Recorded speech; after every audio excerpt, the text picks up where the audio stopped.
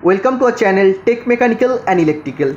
BARC nuclear recycle board NRB का तरफ से जो रिक्रूटमेंट निकल के आया था प्लांट ऑपरेटर पोस्ट के लिए, जिसका एग्जामिनेशन 5 जून 2022 कंडक्ट हो गया है। इसका प्रिलिमिनरी एग्जाम क्वेश्चन पेपर मैं आज आप लोग का साथ डिस्कशन करने वाला हूं। जो भी स्टूडेंट BARC का एग्जामिनेशन दिया है वो सभी स्टूडेंट आज का वीडियो पूरा देखिए, और जो भी स्टूडेंट आने वाला BARC एग्ज़ाम, IG कार्ड का एग्ज़ाम, VECC का एग्ज़ाम, NFC, NPCIL, HWB कोई भी जगह में अगर आप लोग एग्जामिनेशन देना चाहते हैं प्लांट ऑपरेटर या स्टाइपेंड डिटेनी कैटेगरी 2 कोई भी पोस्ट पर, तो आप सभी के लिए आज का वीडियो मोस्ट इंपॉर्टेंट होने वाला है। आज मैं आप लोग का साथ ऑफिशियल क्वेश्चन पेपर डिस्कशन करने वाला हूं। क्वेश्चन पेपर हमें मिला था, लेकिन क्वेश्चन पेपर को मैं आप लोग के साथ डायरेक्टली यूट्यूब पर अपलोड नहीं कर पाऊंगा, इसलिए क्वेश्चन को मैं कॉपी में लिख के फोटो खींच के आप लोग का साथ आज डिस्कशन करने वाला हूं। जो भी स्टूडेंट BARC का इस बार एग्जामिनेशन दे के आया है प्लांट ऑपरेटर पोस्ट के लिए, वो सभी स्टूडेंट बता पाएगा कि सेम टू सेम आप लोग का क्वेश्चन इसमें पूछा गया था कि नहीं। सेम टू सेम 50 क्वेश्चन है, सीरियल वाइज भी आपको मैं करके लाया हूं, और सेम टू सेम वही सेंटेंस जो एग्जामिनेशन में पूछा गया था वही सेंटेंस में लिख के आप सभी के लिए लाया हूं। तो वीडियो आप सभी स्टूडेंट देखना, वीडियो आप सभी के लिए मोस्ट इंपॉर्टेंट होने वाला है, क्योंकि मेरा चैनल में सबसे ज़्यादा रिक्वेस्ट आता था, सर स्टाइपेंड डिटेनी कैटेगरी 2 जो प्लांट ऑपरेटर पोस्ट है उसका question paper, official question paper अगर हो सके तो डिस्कशन कीजिए। तो मैं आज आप सभी के लिए लाया हूँ, ठीक है। तो इसके लिए एटलीस्ट आप लोग वीडियो को लाइक कर देना, जितना ज़्यादा आप लोग का दोस्त है सभी दोस्तों के साथ वीडियो का लिंक शेयर कर देना, और चैनल को सब्सक्राइब कर लेना। तो क्वेश्चन आंसर में डिस्कशन शुरू करता हूं। सबसे पहले क्वेश्चन में आपको पूछा गया था, children under the age of 5 can hear up to, जो शिशु होता है 5 साल का नीचे, तो उसका ऑडिबल रेंज कितना तक होता है। तो इसका राइट आंसर ऑप्शन का हिसाब से 25 किलो हर्ट्ज हो जाएगा। हर्ट्ज किसका यूनिट होता है? फ्रीक्वेंसी का यूनिट होता है। तो 25 kilo hertz sound Audible range होता है अंडर 5 जो भी शिशु होता है, चिल्ड्रेन होता है उसका, ठीक है।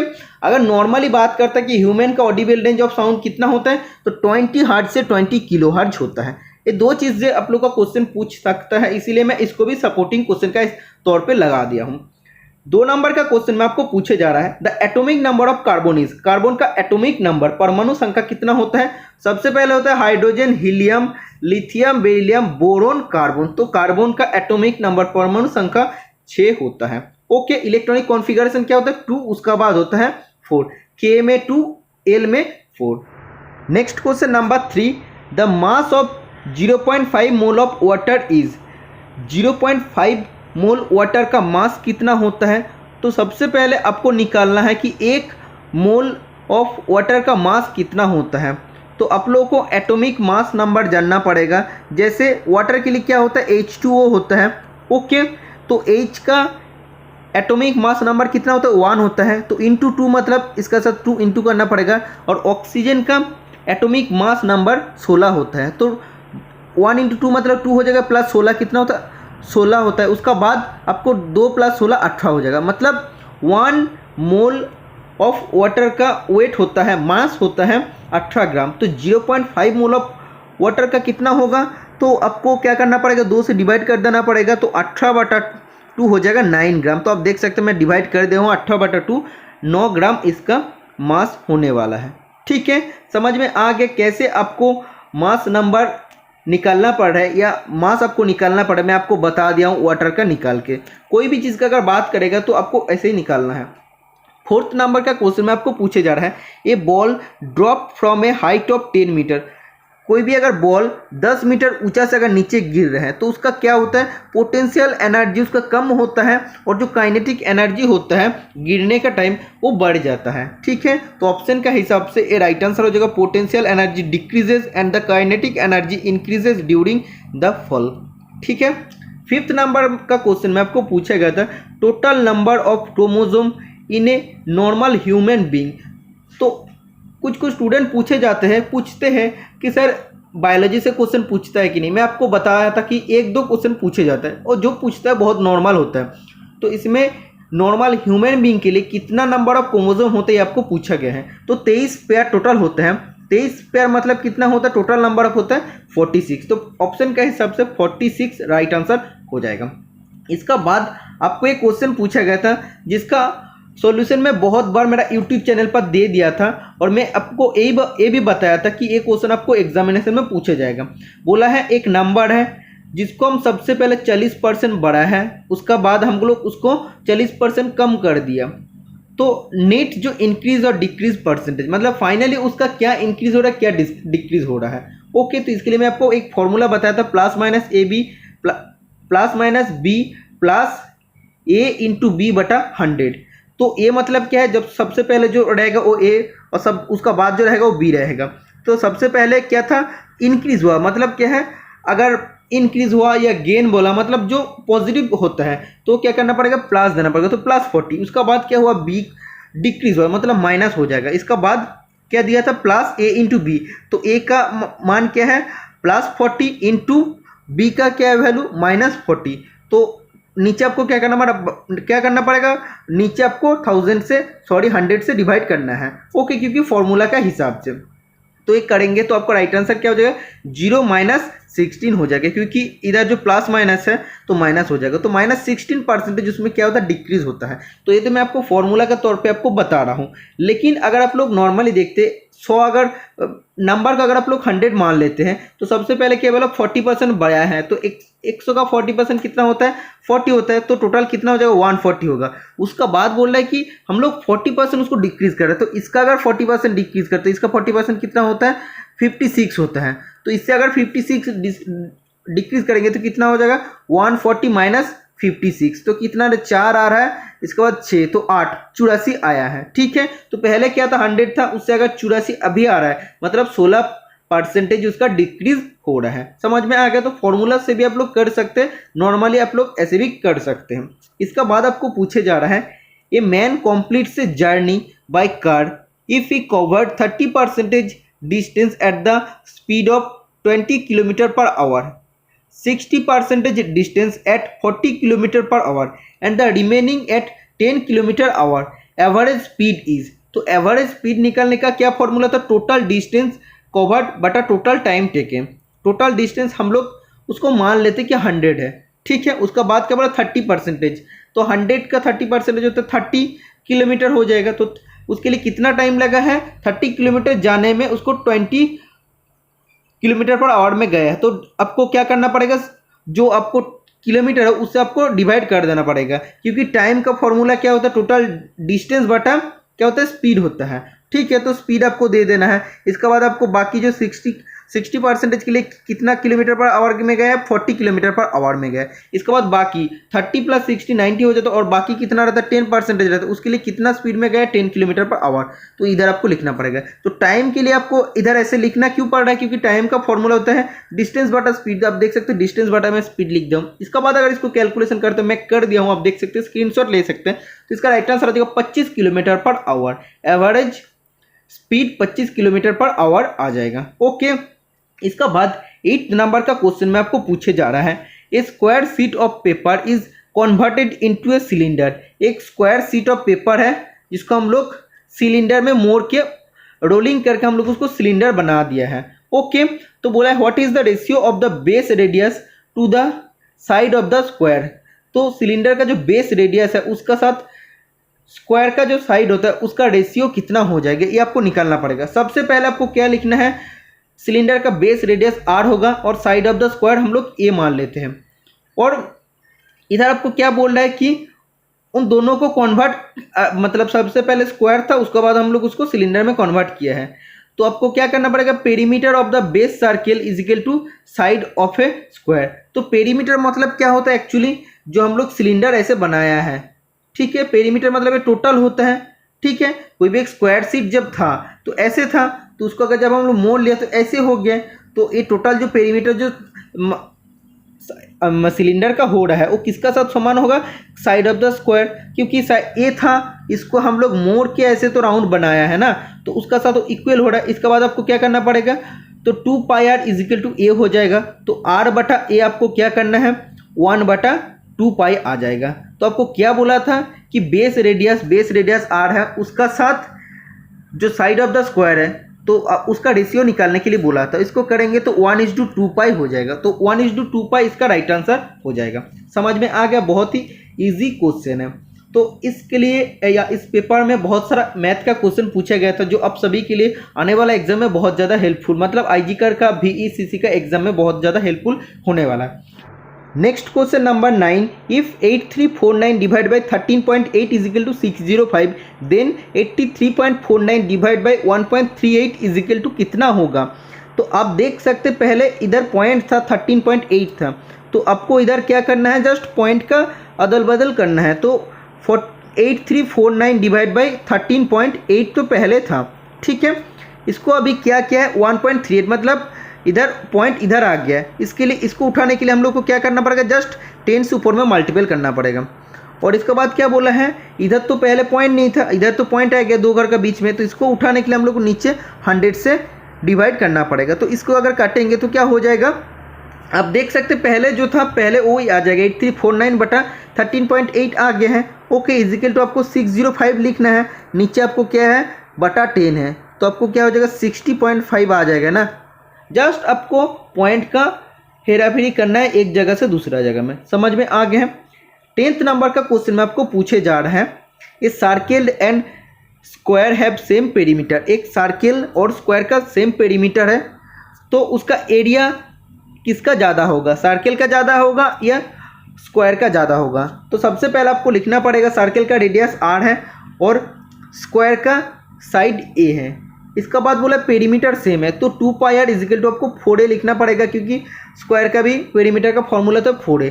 तो आपको a का वैल्यू निकालना है, तो a का वैल्यू निकालेंगे तो पाई r बटा 2 हो जाएगा। इसका बाद आपको एरिया निकालने के लिए बोला है, तो area a square is equal to क्या हो जाएगा, a स्क्वायर का जगह आपको वैल्यू लिख देना है। ओके, और एरिया का जो एरिया है, सर्किल का जो एरिया है वो पाई r स्क्वायर हो जाएगा। तो एरिया ऑफ सर्किल को अगर आप लोग एरिया ऑफ स्क्वायर से डिवाइड करते, क्योंकि सबको आपको पूछा गया था कि सर्किल का ज़्यादा होगा एरिया या स्क्वायर का एरिया ज़्यादा होगा, तो अगर आप लोग इसको डिवाइड करेंगे तो ये आ जाएगा 4 पाई ग्रेटर देन 1।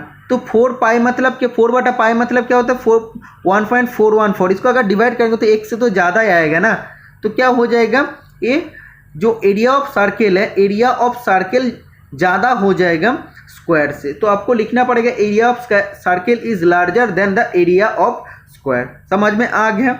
नेक्स्ट क्वेश्चन आपको जनरल नॉलेज से पूछा गया था, जनरल नॉलेज, उसके बाद आपको करंट अफेयर्स भी हैं। Under which category Mirabai Chanu own silver medal in Tokyo Olympic. कौन सा कैटेगरी में Mirabai Chanu silver medal Tokyo Olympic में जीता था। तो वेट लिफ्टिंग चैंपियनशिप में या वेट लिफ्टिंग कॉम्पिटिशन में जीता था Mirabai Chanu silver medal Tokyo Olympic में। ओके, तो ये था करंट अफेयर्स का question. Next question number 12, which among the following island of the Andaman and Nicobar contained the only known example of mud volcanoes in India called locally as Jalki. तो भारत का अंडमान और निकोबार द्वीपपुंज में जो मड वॉल्केनोस का एक example है, जिसको लोकली जलकी नाम से कहा जाता है या नाम में जाना जाता है, तो वो आइलैंड का एक्चुअली नाम क्या है, Baratang island is the right answer हो जाएगा। ओके, 13 नंबर का क्वेश्चन में आपको पूछा गया था, the author of the book my country my life. My country my life book का लेखक कौन है, लाल कृष्ण आडवाणी है।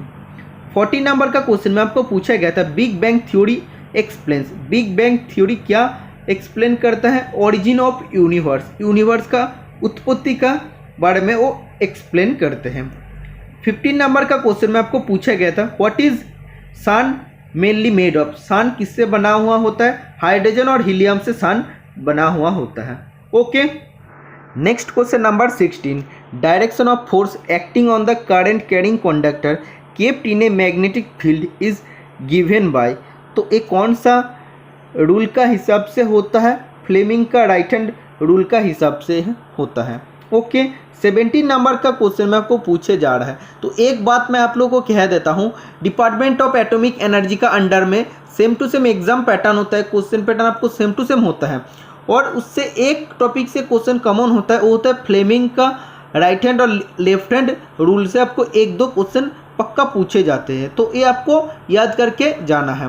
ओके, 17 नंबर का क्वेश्चन में आपको पूछे जा रहा है the magnetic field in solenoid depends upon. Solenoid का मैग्नेटिक फील्ड किसका ऊपर निर्भर करता है?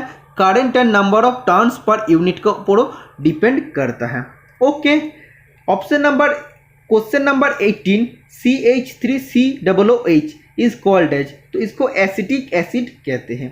Okay, in terms of acidic strength which one of the following is in correct increasing order, तो एसिडिक स्ट्रेंथ का हिसाब से किसका मतलब कैसे एसिड इंक्रीज हो रहा है वो आपको ऑप्शन से चूज करना पड़ेगा। तो सबसे पहले वाटर होता है, जैसे pH ऑफ वाटर होता है 7, उसका बाद एसिडिक स्ट्रेंथ धीरे धीरे बढ़ता है, एसिड का उससे ज़्यादा एसिडिक होता है, और सबसे ज़्यादा होता है हाइड्रोक्लोरिक एसिड जिसका pH वैल्यू होता है 1। ओके, तो ये आपको जो सीरीज है ये सीरीज राइट आंसर हो जाएगा ऑप्शन का हिसाब से। 20 नंबर का क्वेश्चन में आपको पूछा गया था ये mass of 5 kg is taken from the ground to the height of 100 meter. Find the potential energy of the object. Potential energy, kinetic energy, सभी चीज़ का बारे में मैं मैथ अपना क्लास में सॉल्व कराया था आप सभी स्टूडेंट के लिए एग्जाम होने से पहले। तो उससे ही क्वेश्चन आपको पूछे जा रहा है। इसमें आपको बोल रहा है कि एक मास है ऑब्जेक्ट का 5 kg और उसको हम लोग 100 मीटर ऊंचा में लेके गए, उसके बाद पोटेंशियल एनर्जी क्या हो जाएगा। तो पोटेंशियल एनर्जी का फॉर्मूला होता है mgh। जी का वैल्यू आपको लेना पड़ेगा 9.8, m का वैल्यू 5 किलोग्राम और 100 हो जाएगा उसका हाइट। तो अगर इसको मल्टीपल करेंगे तो राइट आंसर जाएगा 4900 जूल, क्योंकि एनर्जी का यूनिट जूल ही होता है। 21 नंबर का क्वेश्चन में आपको पूछा गया था surface area of sphere having diameter is 14 millimetre. तो एक स्फीयर का डायमीटर 14 मिलीमीटर है या 14 सेंटीमीटर है, सॉरी, तो उसका सरफेस एरिया कितना हो जाएगा। तो सरफेस एरिया का फॉर्मूला होता है 4πr²। तो पाई का जगह आपको 22/7 और डायमीटर का जगह, डायमीटर तो आपको दिया 14, तो r² मतलब रेडियस स्क्वायर हो जाएगा। तो आपको r 14/2 लिखना पड़ेगा। कैलकुलेशन करेंगे तो 44 सेंटीमीटर स्क्वायर इसका सरफेस एरिया आ जाएगा। Okay, next question number 22 the sum of reciprocal of Rahul's age 3 years ago and 5 years from now is 1/3 if x is the present age quadratic equation formed is। तो राहुल का present as x बोल दिया है और उसका 3 साल पहले का जो एज है और आज से 3 साल मतलब प्रेजेंट उसका उम्र से 5 साल बाद का जो उसका एज होगा उसका अगर रेसिप्रोकल को ऐड करते हैं तो 1/3 आ जाएगा। तो क्वाड्रेटिक इक्वेशन किस टाइप का होगा। तो अभी राहुल का जो एज दिया है प्रेजेंट एज x बोला है, ठीक है, तो उसका अगर 3 साल पहले का एज निकालते तो क्या हो जाएगा x - 3, और बोला है कि और इसका साथ किसका ऐड करना पड़ेगा। अभी राहुल का 5 साल बाद का एज क्या हो जाएगा। तो 5 साल बाद अभी अगर x होता है तो 5 साल के बाद x + 5 हो जाएगा। तो इसका अगर रेसिप्रोकल को दोनों को ऐड करते हैं तो इसका रेसिप्रोकल क्या हो जाएगा, इसका ऑपोजिट हो जाएगा 1/x - 3 + 1/x + 5। तो दोनों को ऐड करते तो 1/3 आता है या 1/3 इधर आएगा, ये आपको क्वेश्चन में दिया है। तो इसको अगर आप लोग कैलकुलेशन करेंगे, कैलकुलेशन करने के बाद आ जाएगा x² - 4x - 21, जो आप लोग का ऑप्शन में नहीं था। तो ऑप्शन में x² + 4x - 21 था, तो ऑप्शन का हिसाब से उसका राइट आंसर होगा none of this above. Okay, तो ये राइट आंसर हो जाएगा। तो ऑप्शन का हिसाब से जो भी student none of this above किया था वो सभी स्टूडेंट का सही है। 23 नंबर का क्वेश्चन में आपको पूछे जा रहा है the diameter of a sphere is 4 metre if it is doubled how many times will be the volume of new sphere as compared with the original sphere. तो ओरिजिनल स्फीयर का अगर रेडियस अगर हम लोग r मानते हैं तो new sphere का रेडियस को हम लोग क्या कर दे, डबल कर दिया। ओके, 2r हो गया। तो उसका बाद वॉल्यूम अगर किए तो पहला जो ओरिजिनल स्फीयर तो उसका वॉल्यूम हो जाएगा 4/3 पाई r³ और जो नया स्फीयर है उसका वॉल्यूम हो जाएगा 4/3 पाई, ब्रैकेट में आपको रेडियस का जगह 2r उसके बाद क्यूब कर देना है। तो दोनों में क्या रेशियो होगा ये आपको पूछा है या कितना टाइम होगा। तो इसको अगर आप लोग करते हैं तो काटाकाटी कटने का बाद आप देख सकते हैं 2r³ मतलब क्या हो जाएगा 8r³ हो जाएगा। तो काटेंगे तो 8 आ जाएगा, मतलब 8 टाइम्स ज़्यादा होगा ओरिजिनल स्फीयर से। कब होगा, जब हम लोग उसका रेडियस को डबल कर देंगे तब। समझ में आ गया। 24 नंबर का क्वेश्चन में आपको पूछा गया था, if sine theta is equal to 20/29 then what is the value of cos theta. तो साइन थीटा मतलब क्या होता है, लंब बटा अतिभुज, मतलब हाइट बटा हाइपोटेनियस। तो इसमें हाइट 20 है और हाइपोटेनियस 29 है। Cos theta is equal to क्या होता है, बेस बटा हाइपोटेनियस, मतलब भूमि बटा अतिभुज होता है। तो इसको निकालने के लिए आपको क्या करना पड़ेगा, तो राइट एंगल ट्राइंगल के हिसाब से होता है। तो हाइट 20 है, हाइपोटेनियस 29 है, तो अगर बेस आपको निकालना है तो आपको क्या करना पड़ेगा, बेस निकालने के लिए रूट ओवर लंबो स्क्वायर माइनस अतिभुज स्क्वायर माइनस लंब स्क्वायर। ठीक है, तो इधर आप लोग अगर करेंगे तो क्या आ जाएगा, 21 आ जाएगा। तो बेस 21 हो गया। तो अभी cos theta is equal to क्या हो जाएगा, बेस बटा अतिभुज 21/29 हो जाएगा। समझ में आ गया ना, बहुत ही इजी क्वेश्चन इसमें पूछा था। 25 नंबर का क्वेश्चन में आपको पूछा था, the average age of a father and his son is 42 years. एक फादर और एक सन का एवरेज एज 42 ईयर्स है और बोला है कि उन दोनों का एज का रेशियो 5:x। तो सन का कितना एज हो जाएगा, तो एज रेशियो 5:x दे दिया है। तो फादर का एज हम लोग मान लेते 5x और सन का एज हम लोग मान लेते 2x। तो इसका बाद आपको क्या बोला, सबसे पहला शर्त में आपको दिया था कि दोनों का जो एवरेज एज है 42 ईयर्स है। तो हम लोग कर सकते 5x प्लस 2x, दोनों का एज ऐड कर दिया बटा 2 इज मतलब क्या हो जाएगा, एवरेज एज हो जाएगा। तो इज इक्वल टू ऑप्शन में तो दे दिया था ना 42, तो करेंगे तो क्या आ जाएगा, x इज इक्वल टू 12 आ जाएगा। ठीक है, तो सन का एज कितना हो जाएगा, एक क्या था 2x था, तो 2 × 12 मतलब क्या हो जाएगा, 24 ईयर्स हो जाएगा। तो 24 साल पुत्र का उम्र है। ओके, 26 नंबर का क्वेश्चन में आपको पूछा गया था, RTGS स्टैंड्स फॉर, RTGS का फुल फॉर्म क्या होता है, रियल टाइम ग्रॉस सेटलमेंट होता है। 27 नंबर का क्वेश्चन में आपको पूछा गया था, international yoga day is celebrated on. International yoga day कब सेलिब्रेट होता है, 21 जून सेलिब्रेटेड होता है। 28 नंबर का क्वेश्चन में आपको पूछा गया था, which of the following cups और trophies is associated with the game of cricket. Cricket का साथ कौन सा ट्रॉफी या कप एसोसिएटेड मतलब रिलेटेड है, संबंधित है। तो रणजी ट्रॉफी जो होता है वो क्रिकेट का साथ संबंधित है। 29 नंबर का क्वेश्चन में आपको पूछा गया था, who was the first chairman of the atomic energy commission of India. तो atomic energy commission of India का फर्स्ट चेयरमैन था डॉक्टर होमी जहांगीर भाभा। 30 नंबर का क्वेश्चन में आपको पूछा गया था, Govind Vallabh Pant Sagar lake is located in. तो ये जो सागर का नाम दिया गोविंद वल्लभ पंत सागर कहाँ पे अवस्थित है, सोनभद्रा डिस्ट्रिक्ट यूपी में ये अवस्थित है। तो ऑप्शन में यूपी था, उत्तर प्रदेश था, तो उत्तर प्रदेश राइट आंसर हो जाएगा। इसका बाद आपको x का वैल्यू दे दिया था -3। इसमें आपको पूछा गया था, एक ऐसे इक्वेशन दिया था 2x² + 3x। तो आपको टोटल मान निकालना है, मतलब वैल्यू निकालना है। तो x का जगह -3 पुट करके आपको करना है, करेंगे तो आपका -63 राइट आंसर हो जाएगा। कैलकुलेशन में अगर मिस्टेक होता तो इसके लिए आप लोगों को घबराने का कुछ नहीं, कैलकुलेशन आप लोगों का है तो आप लोग करेंगे। मैं जस्ट आपको फॉर्मूला बता दूंगा कैसे क्या करना है। ओके, इसका बाद एक क्वेश्चन 12th लेवल पर पूछा गया था, वो था प्रोबेबिलिटी से क्वेश्चन। बाकी क्वेश्चन जो भी था सब 10th लेवल का क्वेश्चन था। बोला 3 fair coins are tossed simultaneously, मतलब 3 कॉइन को हम लोग एक साथ टॉस कर रहे हैं। तो find the probability of finding at least 2 head, मतलब 2 बार हेड निकालने का कितना चांस होता है, तो ये आपको निकालना पड़ेगा। तो आपको इधर क्या पूछे जा रहा है, possible outcome of tossing 3 coin क्या हो जाएगा, टोटल आउटकम आपका निकालना पड़ेगा। टोटल आउटकम कितना होगा, 8 होगा। अगर हम लोग 3 कॉइन को एक साथ अगर हम लोग टॉस करते हैं, ओके, तो टोटल आउटकम क्या क्या हो सकता है। एक पहले बार हेड हो रहा है, 3 कॉइन भी हेड होगा, हेड हेड हेड होगा। अगर दूसरा बार कर रहे हैं तो क्या होगा, हेड हेड और टेल हो सकता है तीसरा कॉइन। और अगर और एक बार किया तो हेड टेल और हेड हो सकता है। इसके बाद टेल हेड और हेड हो सकता है। अगर टेल टेल टेल भी हो सकते हैं तीनों कॉइन।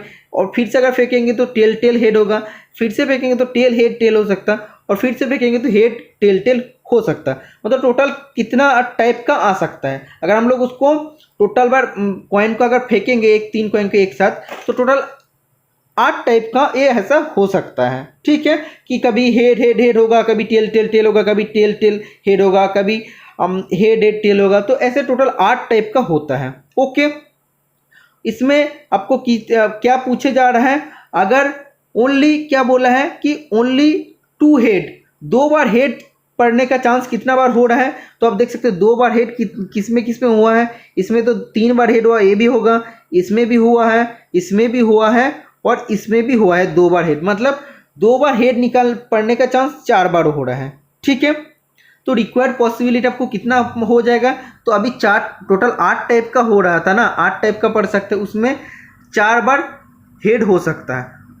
ठीक है, 4 बार हेड हो सकता है, 4 बार मतलब 4 बार 2 हेड हो सकता है, तो इधर क्या कर हो जाएगा 4/, रिक्वायर्ड पॉसिबिलिटी हो जाएगा 4/8, मतलब क्या जाएगा काटेंगे तो 1/2, मतलब 2 बार अगर आप लोग फेंकेंगे तो 2 बार में से 1 बार वो 2 हेड पड़ सकते हैं। समझ में आ रहा है ना कैसे क्या बताया हूँ। देखो 3 कॉइन है, 3 कॉइन का हम लोग फेंक रहा है, टोटल फेंकने के बाद 8 टाइप का वो आ सकता है, आउटकम आ सकता है जैसे मैं आपको बताया हूँ। ठीक है, लेकिन 8 बार में कितना बार टोटल, मतलब 2 बार हेड पढ़ सकते हैं, 2 बार हेड टोटल 4 बार पढ़ सकते हैं, तो इधर रिक्वायर्ड पॉसिबिलिटी क्या हो जाएगा 4/8, क्योंकि टोटल 8 टाइप का पढ़ रहे हैं, उसमें हेड 2 बार कितना बार पढ़ रहे हैं, 4 बार पढ़ रहे हैं, तो 4/8 हो जाए, मतलब 8 में से 4 बार हो रहा है, तो इसको काटेंगे तो 2 में से 1 बार आ रहा है, तो 1/2 ऑप्शन में था। समझ में आ गया।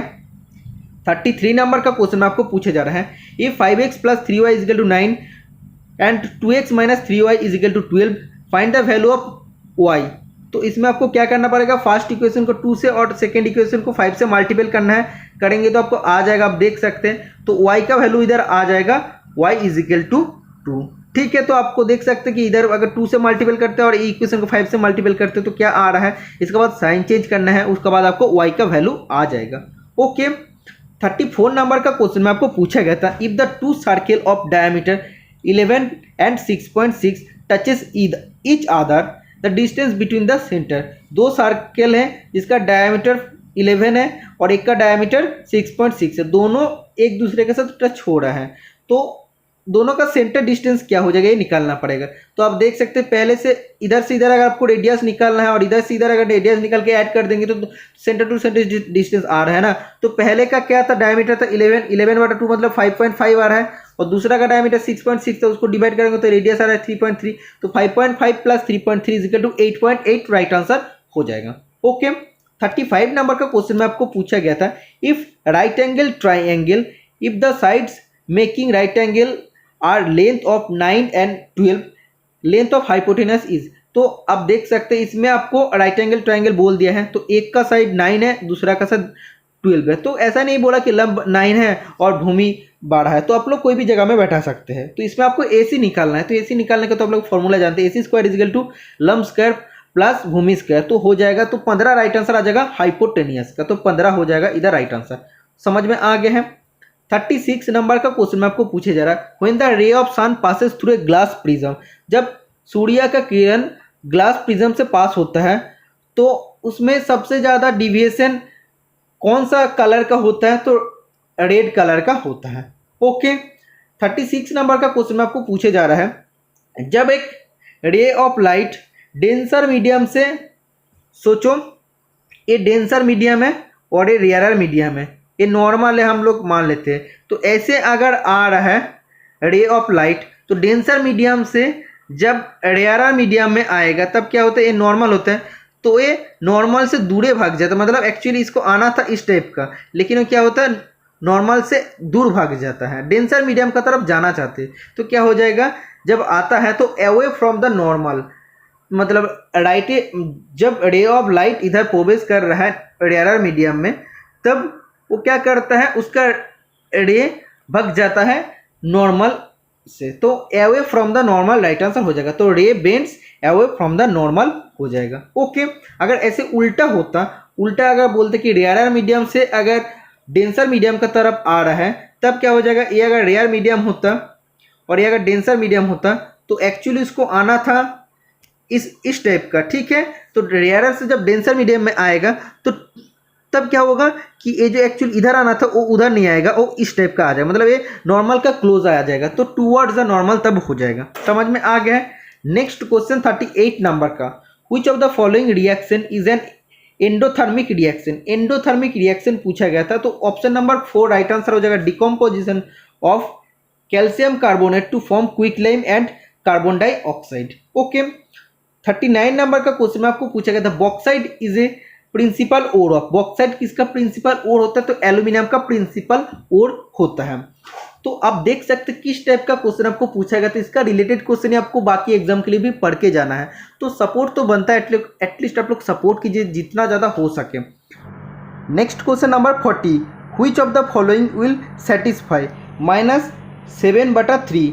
तो ऑप्शन में आपको 4 ऑप्शन दिया गया था, तो वो किससे ज़्यादा होगा ये आपको पूछा गया था। तो इसको अगर आप लोग डिवाइड करते तो -2.333 आ रहा है। तो एक किससे ज़्यादा होगा, ऑप्शन में एक था -6/3, तो वो क्या होता है -2 होता है, तो इधर हो जाएगा -6/3। तो ऑप्शन के हिसाब से क्योंकि ये होता है -2 और एक उससे भी ज़्यादा हो रहा है -2.333। ओके, तो यही हो जाएगा राइट आंसर, -6/3। 41 नंबर का क्वेश्चन में आपको पूछा गया था two alarm clock ring their alarm at regular interval of 50 second and 48 second. 2 alarm clock हैं जो उसका अलार्म को रेगुलर इंटरवल में बजाते, एक बजाते 50 सेकेंड बाद और दूसरा बजाता है 48 सेकेंड बाद। तो बोला है दोनों अलार्म फर्स्ट बार बीप हुआ है 12 बजे, मतलब एक साथ दोनों अलार्म ने बजा है। तो नेक्स्ट टाइम कितना टाइम बाद वो या कितना टाइम में फिर दोनों अलार्म एक साथ बजेगा, समझ में आ रहा है। तो पहला बार बजने का बाद नेक्स्ट कितना टाइम में दोनों अलार्म एक साथ बजेगा, यही क्वेश्चन में आपको पूछा है। ओके, तो जो सेकेंड दिया है उसको एलसीएम कर लेना है, तो 1200 सेकेंड आ जाएगा। तो इसको अगर मिनट में करते तो 20 मिनट। तो क्या करना पड़ेगा, 12 बजे एक बार बजा है, वो 20 मिनट बाद फिर से दोनों अलार्म एक साथ बजेगा, मतलब 12:20 में फिर से अलार्म बजेगा। समझ में आ गया। 42 नंबर का क्वेश्चन में आपको पूछा गया था which of the following has the highest specific heat. तो हाईएस्ट स्पेसिफिक हीट किसका होता है, ऑप्शन में था सिल्वर, कॉपर, आयरन, मरकरी। तो आयरन राइट आंसर हो जाएगा क्योंकि इसका स्पेसिफिक हीट होता है 0.450 joule per gram degree centigrade. Okay, 43 number का क्वेश्चन में आपको पूछा गया था A B C have ₹500 between them. A B C का बीच में 500 रुपीज़ है, ए और सी को मिला के 200 रुपीज़ है, बी और सी का पास मिला के 350 रुपीज़ है। तो सी का पास कितना होगा, तो आप देख सकते हैं मैं लिख लिया हूँ a + c = 200 और b + c = 350। ओके, तो दोनों को अगर ऐड करते हैं तो क्या हो रहा है, c 2 बार हो रहा है। ओके, तो इधर तो ए बी सी तो हम लोग कर दिया, उसके बाद हम लोग इधर भी करेंगे ए बी सी + c। क्यों किया, c एक बार ज़्यादा क्यों किया, क्योंकि इधर c 2 बार है इसलिए। तो a + c = 200 लिखना है और b + c = 350 लिखना है, जो आपको एक क्वेश्चन में बोला है। तो a + b + c टोटल 3 लोगों के पास कितना है, 500 रुपीज़ है, प्लस c हो जाएगा। तो c का वैल्यू अगर करेंगे, कैलकुलेशन करेंगे तो c का वैल्यू 50 रुपीज़, मतलब c का पास 50 रुपीज़ है। ओके, 44 नंबर का क्वेश्चन में आपको पूछे जा रहा है if the observer stand in front of a tree. एक ऑब्जर्वर एक ट्री का सामने खड़ा है और कितना डिस्टेंस में खड़ा है, 10 मीटर डिस्टेंस में खड़ा है, ट्री से मतलब पेड़ से 10 मीटर डिस्टेंस में खड़ा है और वो ऊपर में देख रहा है, जो एंगल ऑफ एलिवेशन हो रहा है 45 डिग्री। तो ट्री का हाइट कितना हो जाएगा, तो आप देख सकते हैं ट्री है और ये इधर आदमी खड़ा है, तो इधर से देख रहे हैं, जिसका आप देख सकते हैं एंगल हो जाएगा 45 डिग्री एंगल ऑफ एलिवेशन, और ये ट्री से कितना दूर है, 10 मीटर दूर में है। मतलब बेस दे दिया है, आपको ट्री का उच्चता निकालना पड़ेगा, मतलब हाइट निकालना पड़ेगा, तो आपको लंब निकालना पड़ेगा। तो क्या करना पड़ेगा, tan 45 डिग्री = क्या हो जाएगा, लंब बटा भूमि या हाइट बटा बेस हो जाएगा। तो बेस तो आपको दे दिया 10 और tan 45 का वैल्यू होता है 1। तो अगर करेंगे ए बी, तो ए बी मतलब क्या हो जाएगा, ट्री का हाइट हो जाएगा। तो ए बी = 10 मीटर आ रहा है ना, तो ट्री का हाइट 10 मीटर हो जाएगा। A B = 10 metre is the right answer. Okay, next question number 45, the product of the square root of x with the cube root of x is. तो x का square root का साथ x का cube root का multiple करने के बाद आपको क्या मिलेगा, तो x का स्क्वायर रूट मतलब होता है √x और x का क्यूब रूट मतलब होता है √x⁴ सामने आपको क्यूब देना पड़ेगा, ठीक है। तो जब रूट को हटाते हैं तब क्या हो जाता, जब स्क्वायर रूट हटाते तो x⁴ हाफ हो जाएगा, और जब क्यूब रूट को हटाते हैं तो x⁴ 1/3 हो जाएगा, ठीक है।